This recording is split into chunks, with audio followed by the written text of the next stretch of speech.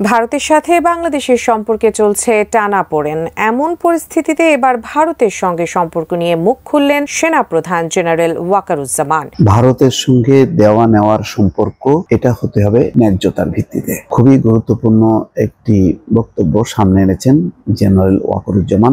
সেনাপ্রধান জনাব ওয়াকারুজ্জামানের একটা দীর্ঘ সাক্ষাৎকার পাবলিশ করা হয়েছে। অনেকেই আশা করি পড়েছেন, একটু পড়বেন প্লিজ। আমার মনে হয় এটা একটা গুরুত্বপূর্ণ সাক্ষাৎকার, যদিও অ্যাপারেন্টলি তার আগে বেশ কিছু কথাবার্তা তিনি ইনফ্যাক্ট এর মধ্যে কথাবার্তা বলছেন। আমরা রয়টার্সের সাথে তার ইন্টারভিউর কথা মনে করতে পারি। এর মধ্যে বেশ কিছু গুরুত্বপূর্ণ ইস্যু এসছে, তার রাজনীতির প্রশ্ন এসছে, মানে রাজনীতিতে ইনভলভমেন্টের ইতিহাস নিয়ে কথাবার্তা এসছে। খুব ইন্টারেস্টিংলি সেনাবাহিনী যেন রাষ্ট্রপতির অধীনে থাকে এবং ভারত সম্পর্কে, আমাদের এই অঞ্চলের নিরাপত্তা সম্পর্কে নানান ইস্যুতে কথা হয়েছে। তিনি ভারতের সাথে সম্পর্কটাকে দেখছেন ভিন্নভাবে। তিনি বলছেন ভারত পূর্বের মতো নয়, ভারত যেন আগামীতে বাংলাদেশের সাথে সম্পর্ক গড়ে সম্মান, মর্যাদা এবং ন্যায্যতার ভিত্তিতে। তাহলে এই দুটো দেশের মধ্যে সম্পর্ক অটুট থাকবে। আসসালামু আলাইকুম ওয়া রাহমাতুল্লাহি ওয়া বারাকাতুহু। দেশ ও দেশের বাহিরে দূর দূরান্ত থেকে যারা এই মুহূর্তে ভিডিও দেখছেন, ভিডিওটি প্লে করেছেন, তাদেরকে অনুরোধ করব দয়া করে পুরো ভিডিও সম্পূর্ণ দেখবেন। খুবই গুরুত্বপূর্ণ এবং অত্যন্ত ইম্পর্টেন্ট ভিডিও নিয়ে উপস্থিত হয়েছে আপনাদের মাঝে, প্রিয় দর্শক। সম্মানিত বন্ধুগণ, দর্শক শ্রোতা মণ্ডলী, এবারে ভারত ইস্যু নিয়ে মুখ খুলল প্রধান ওয়াকারুজ্জামান। ভারত বাংলাদেশ সম্পর্কে যে দূরত্ব তৈরি হয়েছে সেটি নিয়ে এবারে প্রথম আলোকে দেওয়া একটি সাক্ষাৎকারে কথা বলেছে সেনাপ্রধান ওয়াকারুজ্জামান। প্রিয় দর্শক শ্রোতা মণ্ডলী, ভারতকে কি বার্তা দিল সেনাপ্রধান, আমরা সেটা দেখব, কয়েকজনের বিশ্লেষণ শুনবো। আশা করি সঙ্গে থাকবেন পুরো ভিডিওটি জুড়ে। আপনারা আমাদের যদি পারেন ভিডিওটি শেয়ার করে দিবেন বন্ধু বান্ধবের কাছে। সেনাপ্রধান কি বলল ভারতকে নিয়ে, ভারতকে কি বার্তা দিল, আমরা সেটা দেখে আসি। আপনারা সকলে অবগত আছেন, ভারত সম্প্রতি সময়ে বাংলাদেশের বিরুদ্ধে নানাবিধ ষড়যন্ত্র চক্রান্তে লিপ্ত। বাংলাদেশকে নিয়ে একের পর এক প্রোপাগান্ডা, একের পর এক মিথ্যা অপতথ্য ছড়াচ্ছে ভারতীয় গণমাধ্যমগুলো। প্রিয় দর্শক শ্রোতা মণ্ডলী, এ সমস্ত বিষয় নিয়ে এবারে কি বলল সেনাপ্রধান ওয়াকারুজ্জামান, আমরা সেটা দেখি, তারপরে কথা বলি। আশা করি সঙ্গে থাকবেন। আমাদের চ্যানেলে নতুন হলে চ্যানেলটি সাবস্ক্রাইব করে রাখবেন। চলুন কথা না বাড়িয়ে দেখে আসি সেনাপ্রধানের বক্তব্যে কি উঠে আসলো, কি বার্তা দিলেন তিনি ভারতকে উদ্দেশ্য করে। ভারতের সাথে বাংলাদেশের সম্পর্কে চলছে টানাপোড়েন। এমন পরিস্থিতিতে এবার ভারতের সঙ্গে সম্পর্ক নিয়ে মুখ খুললেন সেনাপ্রধান জেনারেল ওয়াকারুজ্জামান। দেশের প্রথম সারির একটি জাতীয় দৈনিকের সাক্ষাৎকারে এই নিয়ে কি বললেন তিনি, বিস্তারিত জানাচ্ছেন এসআই রাজ। স্বাধীনতার পর ৫৩ বছরের ইতিহাসে ভারতের সঙ্গে বাংলাদেশের দ্বিপক্ষীয় সম্পর্ক বর্তমানে সবচেয়ে নাজুক। বাংলাদেশের কোনো সরকারের সঙ্গে অতীতে ভারতের দ্বিপক্ষীয় সম্পর্ক এতটা নাজুক হয়নি। গত বছরের ৫ আগস্ট রাজনৈতিক পট পরিবর্তনের পর মূলত দুদেশের দীর্ঘদিনের সুসম্পর্কে টানাপোড়েন সৃষ্টি হয়, যা কূটনৈতিক সম্পর্কের ওপরও প্রভাব ফেলেছে। এবার ভারতের সঙ্গে বাংলাদেশের সম্পর্ক কেমন হওয়া উচিত এ নিয়ে কথা বলেছেন বর্তমান সেনাপ্রধান জেনারেল ওয়াকারুজ্জামান। ইংরেজি নববর্ষের প্রথম দিন দেশের প্রথম সারির একটি জাতীয় দৈনিকের একান্ত সাক্ষাৎকারে জেনারেল ওয়াকারুজ্জামান বলেন, ভারত আমাদের গুরুত্বপূর্ণ প্রতিবেশী। আমরা অনেক দিক থেকে ভারতের ওপর নির্ভরশীল, আবার ভারতও আমাদের কাছ থেকে সুবিধা পাচ্ছে। এটা একটা দেওয়া নেওয়ার সম্পর্ক, কাজেই এই সম্পর্ক হবে ন্যায্যতার ভিত্তিতে। সাক্ষাৎকারে সেনাপ্রধান বলেন, যে কোনো দেশ সবসময় অন্য দেশ থেকে সুবিধা পেতে চাইবে, এটা তো দোষ না। আমি যদি আদায় করে নিতে না পারি, দোষ তো আমারও। এই বিষয়গুলো দেখতে হবে। আমাদের ন্যায্যতার ভিত্তিতে সুসম্পর্ক বজায় রেখে চলতে হবে। জনগণ যেন কোনোভাবেই মনে না করে ভারত বাংলাদেশের ওপর কর্তৃত্ব করছে, যা আমাদের স্বার্থের পরিপন্থী। নতুন বছরের প্রত্যাশা ও জাতীয় ঐক্য নিয়ে ওয়াকারুজ্জামান বলেন, ২০২৫ সালে আমরা একটা দীর্ঘস্থায়ী শান্তির পথে যেতে চাই। সেজন্য সবাইকে একসঙ্গে চলতে হবে, সবাইকে ঐক্যমতে পৌঁছাতে হবে। আমাদের মধ্যে মত পার্থক্য থাকতে পারে, কিন্তু জাতীয় স্বার্থে ঐক্যমত জরুরি। তাহলেই গণতন্ত্র স্থায়ী হবে। আমরা শান্তিপূর্ণ পরিবেশ চাই। এ সময় অন্তর্বর্তী সরকারের প্রতি পূর্ণ সমর্থনের কথাও জানান সেনাপ্রধান। বলেন, আমরা পুরোপুরি সরকারের পাশে আছি। আমরা চেষ্টা করব প্রধান উপদেষ্টা যেভাবেই আমার বা আমাদের সাহায্য চাইবেন, আমরা সেভাবেই ওনাকে সহযোগিতা করব।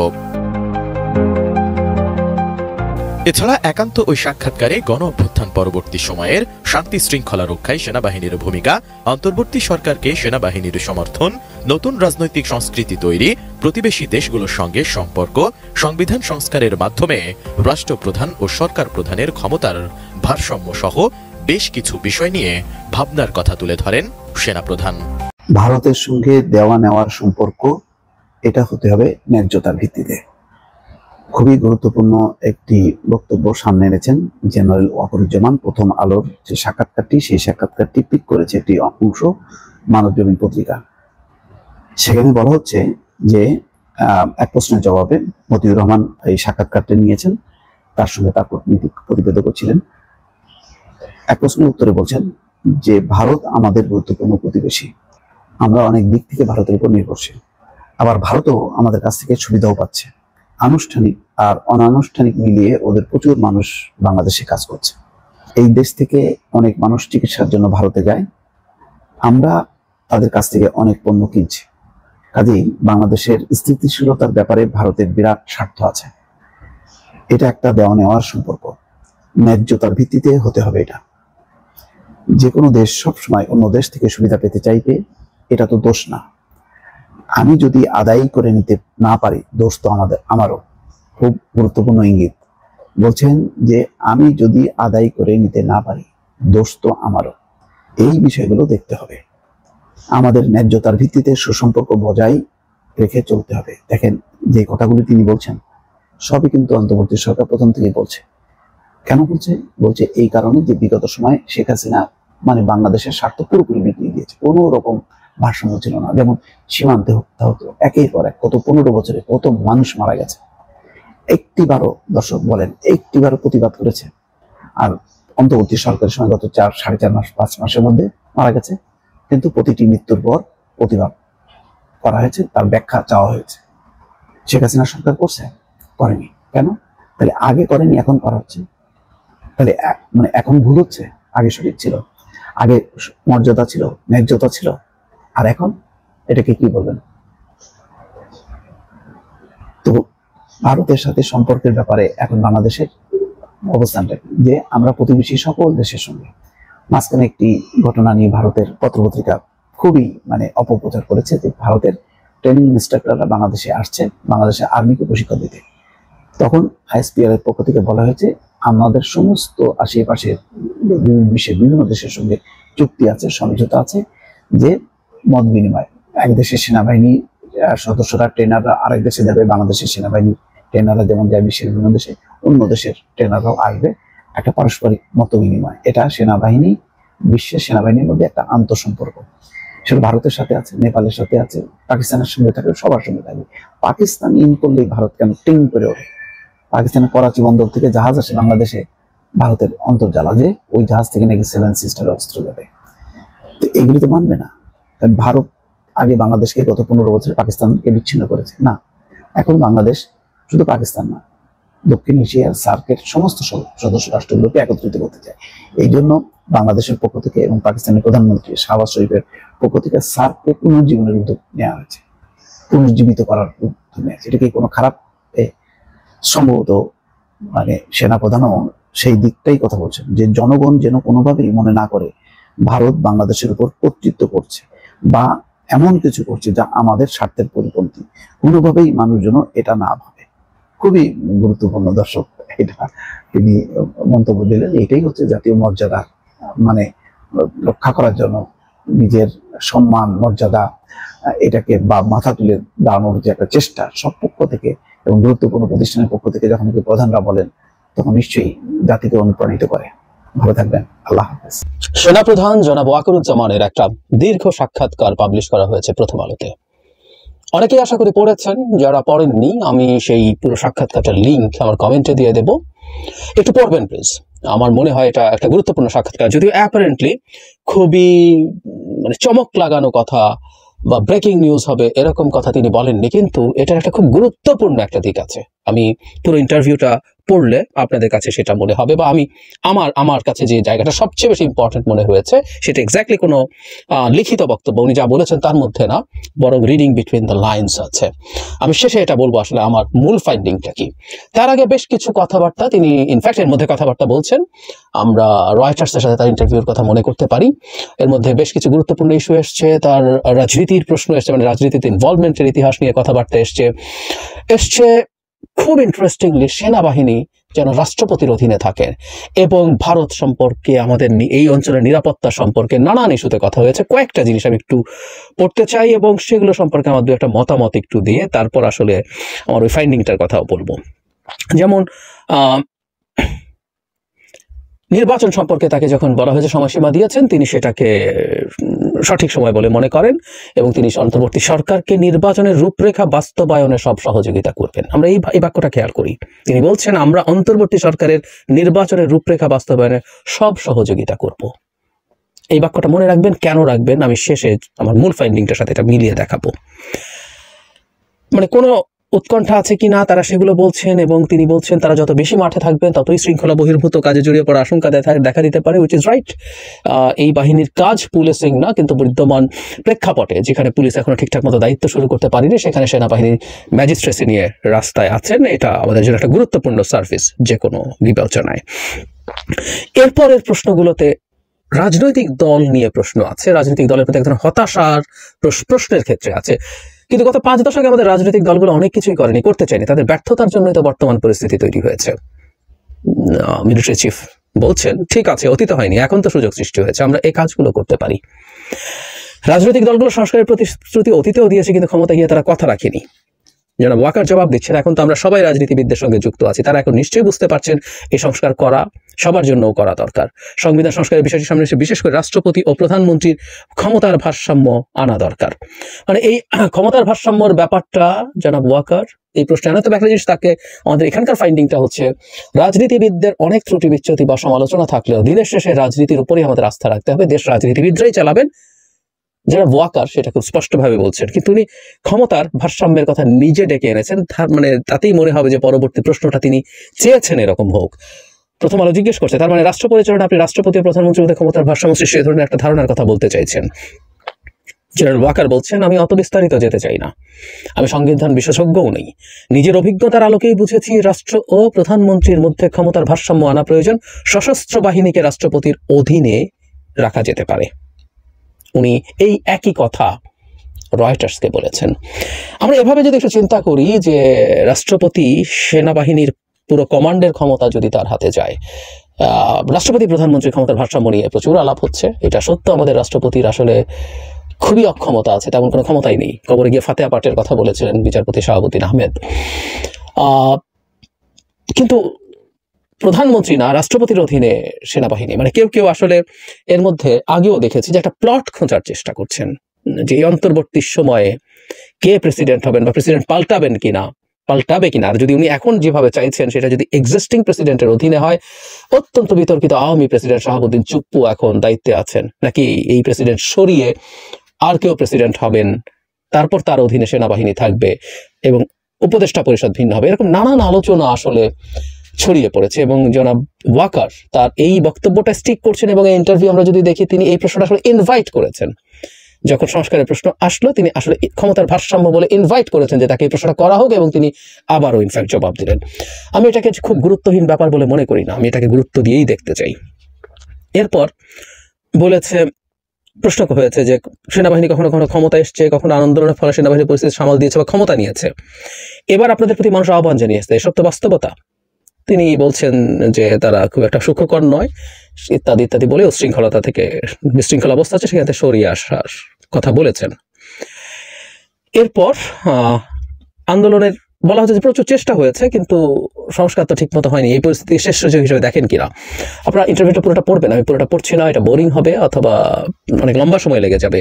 তিনি কিন্তু এখানেও রাজনীতিবিদকে ভিক্টিমাইজ করছেন না, রাজনীতিকে ভিক্টিমাইজ করছেন না। উনি শেষ সুযোগ বলেন, তিনি বলছেন সুযোগ আছে, তবে কাজে লাগানো উচিত, এবং উনি রাজনৈতিক দলগুলোর ওপর, রাজনীতির ওপরই আস্থা রাখতে চেয়েছেন। সংস্কারের কথা আবার ফিরে এসছেন এবং ওরা হচ্ছে যে বিভিন্ন পর্যায়ে কথাবার্তা বলছেন, দলের মনোভাব কেমন দেখছেন, তিনি কিন্তু আশাবাদ দেখিয়েছেন যে এটা হতে পারে, চমৎকার ব্যাপার। আচ্ছা, এরপর আমরা আসলে মূল যে জায়গাটায় যেতে চাই সেটা হলো ভারত, এবং সবার শেষে আমাদের ওই গুরুত্বপূর্ণ জায়গাটাও আসবো, যেটা রাজনীতিতে জড়ানো নিয়ে তাকে একাধিকবার এই প্রশ্নের জবাব দিতে হচ্ছে, কেন হচ্ছে। ভারতের সঙ্গে আমাদের পানি সীমান্ত সহ অনেক ইস্যু আছে, ইদানিং কিছু অমীমাংসিত বিষয়ে কিছু কথাবার্তা শুনছি, দেখছি। উনি ভারত সম্পর্কে যেটা বলছেন, ভারত আমাদের গুরুত্বপূর্ণ প্রতিবেশী, আমরা অনেক দিক থেকে ভারতের উপর নির্ভরশীল, আবার ভারতও আমাদের কাছ থেকে সুবিধাও পাচ্ছে। আনুষ্ঠানিক আর অনানুষ্ঠানিক মিলিয়ে ওদের প্রচুর মানুষ বাংলাদেশে কাজ করছে, এদেশ থেকে অনেক মানুষ চিকিৎসার জন্য ভারতে যায়, অনানুষ্ঠানিকভাবে কাজ করছে। আমাদের মিলিটারি চিফের মুখে এটা বলা খুবই জরুরি ছিল। কাজে আমাদের বাংলাদেশের স্থিতিশীলতার ব্যাপারে ভারতের বিরাট স্বার্থ আছে, দেয়া নেওয়ার সম্পর্ক ন্যায্যতার ভিত্তিতে এটা হতে হবে, ইত্যাদি ইত্যাদি বলে সব এটা রেখেই সম্পর্কটা তৈরি হতে হবে, এটা হলো সবচেয়ে জরুরি। জনগণ যেন কোনোভাবেই মনে না করে ভারত বাংলাদেশের ওপর কর্তৃত্ব করছে বা এমন কিছু করছে যা আমাদের স্বার্থের পরিপন্থী, কোনোভাবেই মানুষ যেন এটা না ভাবে, রাইটলি। এরপর উত্তর পূর্বাঞ্চলের নিশ্চয়তা, মানে 7 সিস্টার যে রাজ্যগুলো আছে সেগুলোর ব্যাপারে সহায়তা পেয়েছে, এটা উল্লেখ করছে। তারপর জেনারেল ওয়াকারের জবাব খুবই চমৎকার। দেখুন, আমার কথা হচ্ছে, আমার প্রতিবেশীর সঙ্গে আমি এমন কিছু করবো না যেটা তাদের কৌশলগত স্বার্থের পরিপন্থী হয়। একই সঙ্গে আমার দিক থেকে প্রত্যাশা থাকবে যে প্রতিবেশী আমার সঙ্গে এমন কিছু করবে না যা আমার স্বার্থের পরিপন্থী। আমি যখন তাদের স্বার্থ দেখব যা আমার স্বার্থের, তারা আমার স্বার্থটা সমান গুরুত্বের সঙ্গে দেখবে। আমাদের পার্বত্য চট্টগ্রামে অস্থিতিশীলতা তৈরি হবে না, স্থিতিশীলতা নষ্ট হবে না মিয়ানমার সীমান্তেও। সীমান্তে আমাদের লোকজনকে হত্যা করবে না, আমরা ন্যায্য হিস্যার পানি পাবো, এতে তো কোনো অসুবিধা নেই। সম্পর্কটা ন্যায্যতার ভিত্তিতে হোক। অত্যন্ত বোল্ড স্টেটমেন্ট।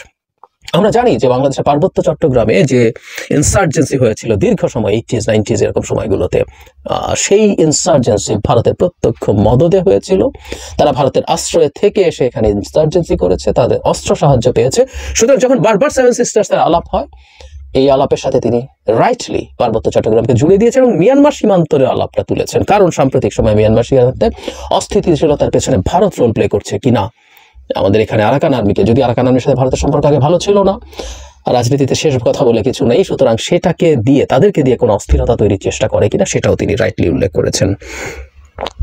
চীনের কথা বলছেন, চীনের পররাষ্ট্রনীতি, এগুলো আমার কাছে খুব জরুরি না, কিন্তু এই যে রাজনীতি নিয়ে সবকিছুর পরও অনেকেই এখনো বলেন সেনাবাহিনীর আগ্রহ আছে রাজনীতি বা ক্ষমতা নিয়ে। সাধারণ মানুষের এমন ধারণা অতীতের অভিজ্ঞতা থেকে। তিনি বলছেন সামরিক বাহিনীর অবশ্যই রাজনীতিতে হস্তক্ষেপ করা উচিত নয়, রাজনীতিতে নাক গলানোর বিষয়টিও সেনাবাহিনীর জন্য ক্ষতিকর। অতীতে এগুলো হয়েছে, আমরা অতীত থেকে শিখেছি, এটা কখনো ভালো ফল বয়ে আনেনি। এই জন্যই আমার অঙ্গীকার হচ্ছে প্রধান হিসাবে নিজের মেয়াদকালে আমি রাজনীতিতে নাক গলাবো না, আমি সেনাবাহিনীকে রাজনৈতিক পরিমণ্ডলে হস্তক্ষেপ করতে দেব না, এটাই আমার স্পষ্ট অঙ্গীকার। আমরা মনে প্রাণে বিশ্বাস করি রাজনীতিবিদের বিকল্প রাজনীতিবিদরাই, তাদের বিকল্প সেনাবাহিনী নয়। তারপর জিজ্ঞেস করছে, বিভিন্ন দাবি দাওয়া নিয়ে আসছেন, এই প্রেক্ষাপটে জনগণের প্রতি কোনো বার্তা কি দিতে চান? এরপর উনি একটা বার্তা দিয়েছেন, জটিল কঠিন পরিস্থিতি, সবাই এক্সপেকটেশন যাতে কম রাখা উচিত, ব্যবসায়ীদের প্রতি আহ্বান জানিয়েছেন যাতে জিনিসপত্রের দাম নিয়ন্ত্রণে থাকে, ইত্যাদি ইত্যাদি বলে উনি এক ধরনের আহ্বান জানিয়েছেন। আমরা ডক্টর মোহাম্মদ ইউনূস অন্তর্বর্তী সরকারের সফলতার জন্য সবকিছু করতে প্রস্তুত আছি এবং প্রস্তুত থাকবো। রাজনীতিতে তিনি আসছেন না, রাজনীতিতে কোনো আগ্রহ নেই এবং তাদের অতীতে ভুল আছে, রাজনীতিতে এসে এই ভুল আর করবেন না। এই আলাপটা কেন? বাংলাদেশে একটা প্রেক্ষাপট তৈরির চেষ্টা হচ্ছে যেটাতে সামরিক বাহিনী অনিবার্যভাবেই আলোচনায় আসছে। মানে বাংলাদেশের এই ডক্টর ইউনূস সরকারকে সিরিয়াসলি ডিস্টেবিলাইজ যদি করা যায়, আনস্টেবল যদি করে তোলা যায়, তাহলে সেনাবাহিনী ক্ষমতা নিতে পারে এবং এরকম একটা অঙ্ক ভারতের দিক থেকে আছে, এই আলাপ আছে, মানে তারা চাইতে পারে। ডক্টর ইউনূসের মতো একটা জনগণের সমর্থন পুষ্ট সরকার, তাদের পক্ষে আসলে জনগণের স্বার্থ বা দেশের স্বার্থের বিরুদ্ধে গিয়ে ভারতের স্বার্থ পূরণ করা অন্যায় স্বার্থ। আমাদের চিফ যেভাবে বলেছেন, আমরা এভাবেই বলি, পারস্পরিক স্বার্থ দেনা পাওনার বাইরে গিয়ে করা সম্ভব না। ফলে ভারতের জন্য মন্দের ভালো হচ্ছে এখানে একটা মিলিটারি টেক ওভার হওয়া, এটা ফ্যাক্ট। এই আলাপ অনেকেই করছেন, রাইটলি করছেন, আমরা এটাকে যৌক্তিক মনে করি। ফলে কেউ চাইবেন সামনে, আমরা নিশ্চিতভাবেই চাই, সেটা প্রধান যা বলেছেন আমি আন্তরিকভাবে এটা বিশ্বাস করতে চাই, বিশ্বাস করি। কারণ সেনাবাহিনীর ক্ষমতা নেওয়ার সবচেয়ে উপযুক্ত সময় ছিল শেখ হাসিনা পালিয়ে যাওয়ার পর। তখন বহু মানুষ এবার আহ্বান জানিয়েছিলেন, জনগণ খুশি হতো, তখন তারা নিলেও তারা সেটা করেননি, সবচেয়ে প্রপার সময়েই করেননি। এখন করবেন কিনা, করবেন না, কিন্তু পরিস্থিতি যদি এতটাই ঘোলাটে করে ফেলা যায় যে তখন দেশের স্বার্থে তাদেরকে আমাদের মধ্যেই অনেকে আহ্বান জানাবেন ক্ষমতা নেওয়ার জন্য, সেই পরিস্থিতি তৈরির চেষ্টা হবে বলে আমরা মনে করি। তিনি এখানে একটু স্পষ্ট বার্তা দিয়েছেন, আমরা বরং সেনা প্রধানের কাছে চাইব সেই রকম পরিস্থিতি যাতে তৈরি হতে না পারে, তারা সেটা মানে মাঠের অন্তত শান্তি শৃঙ্খলা আইন শৃঙ্খলার ক্ষেত্রে তারা সেটা নিশ্চিত করবেন। শুরুতে বলেছিলাম যে সবচেয়ে গুরুত্বপূর্ণ ফাইন্ডিং রিডিং বিটুইন লাইন্স এর মধ্যে নেই। আপনার ইন্টারভিউটা যদি পুরো পড়ে থাকেন, আমি যতটুকু পড়েছি প্রশ্ন এবং উত্তর সবকিছু মিলে জনাব ওয়াকারকে আলাদা একটা সত্তা হিসাবে দেখা গেছে এখানে। মানে খুব স্পষ্টভাবে যদি বলতে চাই, উনি তো প্রজাতন্ত্রের একজন কর্মচারী, তিনি এই সরকারের অংশ, তিনি ডক্টর ইউনূসের অধীন, কিন্তু উনি সাহায্য করবেন নির্বাচন এবং আদার ইস্যুতে। মানে খানিকটা এরকম যে এটা ওনার সদিচ্ছা না, এটা ওনার সদিচ্ছা নয় কোনোভাবেই, এটা ওনার একেবারে চাকুরির দায়িত্ব, একদম সোজা সাপটা কথা। কিন্তু এই পুরো ইন্টারভিউর টোন হচ্ছে উনি একটা ডিফারেন্ট এন্টিটি, স্টেটের একটা পাওয়ার সেন্টার। কথাটা হয়তো ভুল না, কেউ কেউ বলতেই পারেন হ্যাঁ আমরা মানি এটা ১/১১ সরকার না, ১/১১ সরকার মানেই হচ্ছে আসলে মিলিটারি সরকার। ওটা একটা কু ছিল সত্যিকার অর্থে, একটা ডিফারেন্ট ফর্মের কু, যেখানে সামনে একটা সিভিল মুখোশ ছিল। এটা কোনোভাবেই কু না, যদিও কিছু গুরুত্বপূর্ণ লোকজন, জেফ্রি স্যাকসের মতো লোকজন এটাকে কু বলার চেষ্টা করেছেন, কিন্তু এটাও সত্য মিলিটারি সময় একটা ডিসাইসিভ রোল প্লে করেছিল, কোনো সন্দেহ নেই। কিন্তু এটা মিলিটারি সরকার না, কিন্তু মিলিটারি চিফকে এখানে একদম একটা বিরাট ক্ষমতাধর এন্টিটি হিসেবে দেখা যায়। তার উত্তরের ধরনেও কিন্তু সেই রকম। প্রথম আলোর কিছু কিছু প্রশ্ন মনে হতে পারে যে আসলে তাকে এইভাবেই ট্রিট করা হচ্ছে, কিন্তু এই যে প্রশ্নের ধরন, এটা তার দিক থেকে হয়তো ভেঙে দেওয়া হতে পারত। প্রত্যেকটা জিনিস তিনি সরকারের নির্দেশেই করবেন, কথাগুলো এরকম আসতে পারত, হুইচ ইজ মিসিং। এটাই হলো সবচেয়ে গুরুত্বপূর্ণ ফাইন্ডিং। এটাও আমাদের একটু মাথায় রাখতে হবে।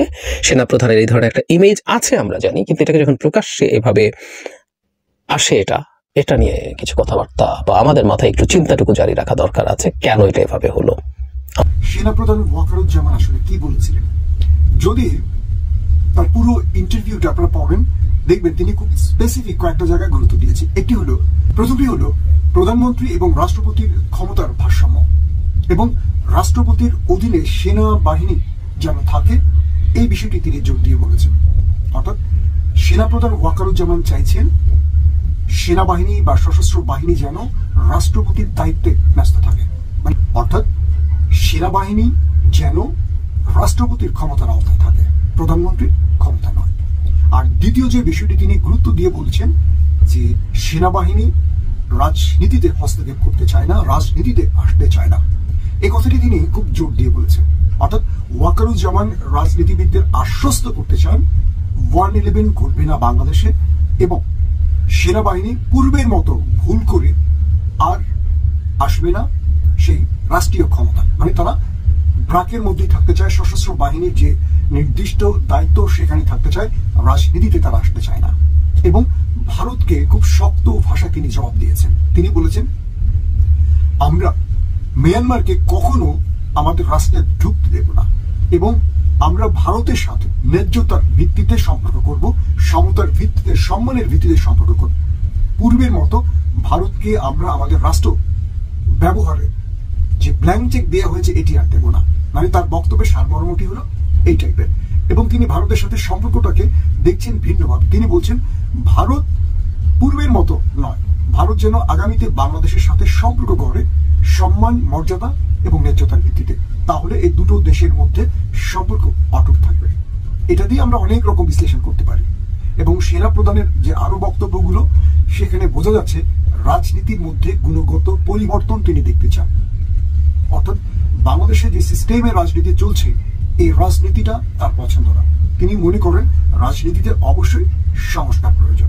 প্রিয় দর্শক, আমি সেনাপ্রধানের এই বক্তব্যগুলোকে একটু আলোচনা করে কয়েকটা গুরুত্বপূর্ণ বিষয় যাব। আমার প্রথম যে আলোচনাটা, তার মানে সেনাপ্রধানকে নিয়ে যে গুজবগুলো ছড়িয়েছে যে বাংলাদেশে আরেকটা 1/11 সৃষ্টি হতে পারে, এই আলোচনা বা গুঞ্জনের রাস্তাটা তিনি বন্ধ করে দিতে চাইছেন। ওয়াকারুজ্জামান রাজনীতিবিদদের আশ্বস্ত করতে চাইছেন যে বাংলাদেশে আর কোনো 1/11 ঘটবে না বা সেনাবাহিনী রাজনীতিতে আসবে না, তারা তাদের জায়গায় থাকবে। কিন্তু সবচেয়ে বেশি যে গুঞ্জনটা বিএনপির মধ্যে উঠছে যে আওয়ামী লীগের পর বিএনপিকে মাইনাস করা হবে, এই গুঞ্জনটা বিএনপির সিনিয়র নেতারা প্রায়শই বলছেন, বিভিন্ন অনুষ্ঠানে বলছেন, রাজনৈতিক বক্তব্যে বলছেন যে বিএনপিকে নিয়ে ষড়যন্ত্র হচ্ছে, বিএনপিকে মাইনাসের প্রক্রিয়া চলছে। এই বিষয়টি যে মিথ্যে, সেটি সেনাপ্রধানের বক্তব্যে প্রমাণ হয়েছে। আমরা এটার পেছনে একটু তথ্য সংগ্রহের চেষ্টা করেছি যে বিএনপি এই কথাটি কেন বলছে যে আওয়ামী লীগের পর বিএনপিকে মাইনাসের ষড়যন্ত্র চলছে, আর এই ষড়যন্ত্রের তথ্য দিয়েই জামায়াত এবং বিএনপির মধ্যে ফাটল ধরেছে এবং দেখতে পাচ্ছি যে একে অপরে কাদা ছড়াছড়ি করছে। দেখেন, এখানে আওয়ামী লীগ এবং ভারত এক ঢিলে দুটো পাখি মারতে চাইছে। কিরকম? ভারত এই মুহূর্তে বাংলাদেশকে ব্যর্থ দেখতে চায়, ভারত ডক্টর ইউনূসকে ব্যর্থ দেখতে চায়, ভারত হাসিনাকে আবারও বাংলাদেশে বুস্ট করার জন্য বাংলাদেশকে অকার্যকর দেখতে চায়, যাতে ভারত পরবর্তী আমাদের ত্রাতা হিসেবে দেশে ঢুকতে পারে। তো এই জন্য ভারতের একটা স্বার্থান্বেষী গোষ্ঠী বা ষড়যন্ত্রকারীরা বিএনপির একটি স্বার্থান্বেষী গোষ্ঠীকে এই বার্তা দিয়েছে যে তাদের কাছে বার্তা আছে সেনাবাহিনী বিএনপিকে শেখ হাসিনার মতো মাইনাস করতে চায়, অর্থাৎ বিএনপিকে রাজপথে নামাতে চায়, বিএনপিকে এই সরকারকে অসহযোগিতা করার জন্য বাধ্য করতে চায়।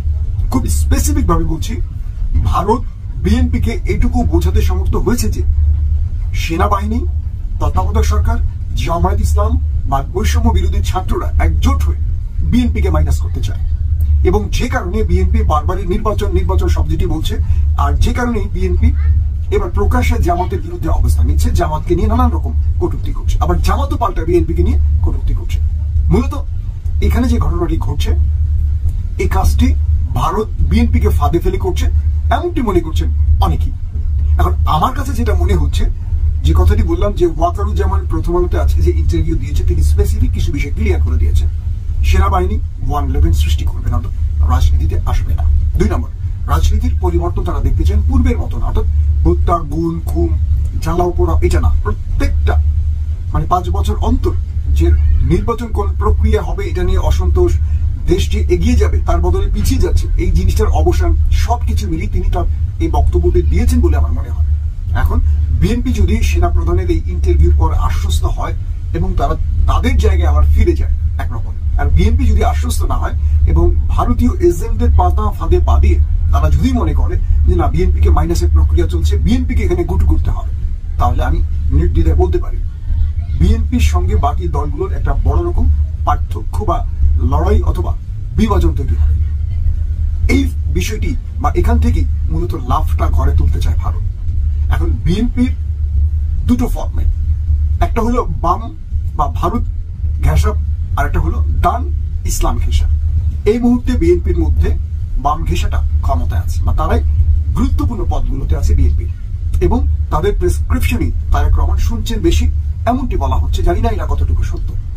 তো এখন যারা ভারতের প্রেসক্রিপশন দিয়ে বিএনপিকে জামায়াতের সাথে বিরোধে জড়াচ্ছে বা বিএনপিকে অন্তর্বর্তীকালীন সরকার থেকে দূরে রাখার চেষ্টা করছে বা সহযোগিতার হাত থেকে দূরে রাখতে চাইছে, তারা কি শেষ পর্যন্ত দেশের ভালো করবে? ধরেন অন্তর্বর্তীকালীন সরকার কি চায়? প্রত্যেকটা ইস্যুতে তারা সব দলকে ডাকে, বিএনপিকে সর্বাধিক গুরুত্ব দিয়ে ডাকে। রাষ্ট্রের প্রত্যেকটা গুরুত্বপূর্ণ পদে বিএনপির লোক বসে আছে, আমলা বলি, পুলিশ বলি, বিভিন্ন সেক্টরে বিএনপির লোক বসে আছে, কারণ বিএনপি বড় দল, বিএনপির গুরুত্বপূর্ণ পদে লোক থাকার সম্ভাবনা বেশি থাকবে। তারপরও বিএনপি ভয় পাচ্ছে কোথায়? বিএনপির ভয়টি ভারত থেকে তৈরি করা। সম্মানিত বন্ধুগণ, দর্শক শ্রোতা মণ্ডলী, আপনারা দেখতে পারলেন সেনাপ্রধান ওয়াকারুজ্জামান কি বার্তা দিলেন ভারতকে স্পষ্ট তিনি বার্তা দিয়েছেন যে ভারতকে আমাদের প্রয়োজন, যেমন ঠিক তেমনই ভারতেরও বাংলাদেশকে প্রয়োজন। এই দুইটা দেশ একে অপরের পরিপূরক, পারস্পরিক সহযোগিতা ছাড়া, সুসম্পর্ক ছাড়া কেউ ভালোভাবে থাকতে পারবে না। প্রিয় দর্শক শ্রোতা মণ্ডলী, সেনাপ্রধান এটাও বলেছে ভারত যদি মনে করে বাংলাদেশের উপর হুকুমদারি করবে, এটা আমরা মোটেও সহ্য করব না। ভারতের সাথে বাংলাদেশের সম্পর্ক ন্যায্যতার ভিত্তিতে, প্রিয় দর্শক শ্রোতা মণ্ডলী, একটা পররাষ্ট্র নীতিতে যে সম্পর্ক থাকে, প্রতিবেশী সম্পর্ক, সেটাই থাকবে। প্রিয় দর্শক শ্রোতা মণ্ডলী, স্বার্থের সম্পর্ক ভারতের সঙ্গে বাংলাদেশের, এছাড়া কোনো এক্সট্রা কোনো সুবিধা ভোগ করবে বাংলাদেশের কাছ থেকে, সেটা হবে না। আপনারা দেখতে পারলেন সেনাপ্রধান কি বলেছে, ভারতকে উদ্দেশ্য করে ভারতকে কি বার্তা দিয়েছে। এখন আপনারা আপনাদের ব্যক্তিগত অভিব্যক্তি কমেন্ট করবেন, আপনারা কি বলবেন, কি বলতে চান, আপনাদের ওপিনিয়ন আসলে কি। আমি কথার বারবার বেশি বক্তব্য রাখতে চাই না, ভিডিওটা শেষ করছি এখানে এ পর্যন্তই। দেখা হবে হয়তো আরও অন্য কোনো একটা ভিডিওতে। সে পর্যন্ত ভালো থাকবেন, সুস্থ থাকবেন। আল্লাহ হাফেজ। আসসালামু আলাইকুম ওয়া রাহমাতুল্লাহি ওয়া বারাকাতুহু।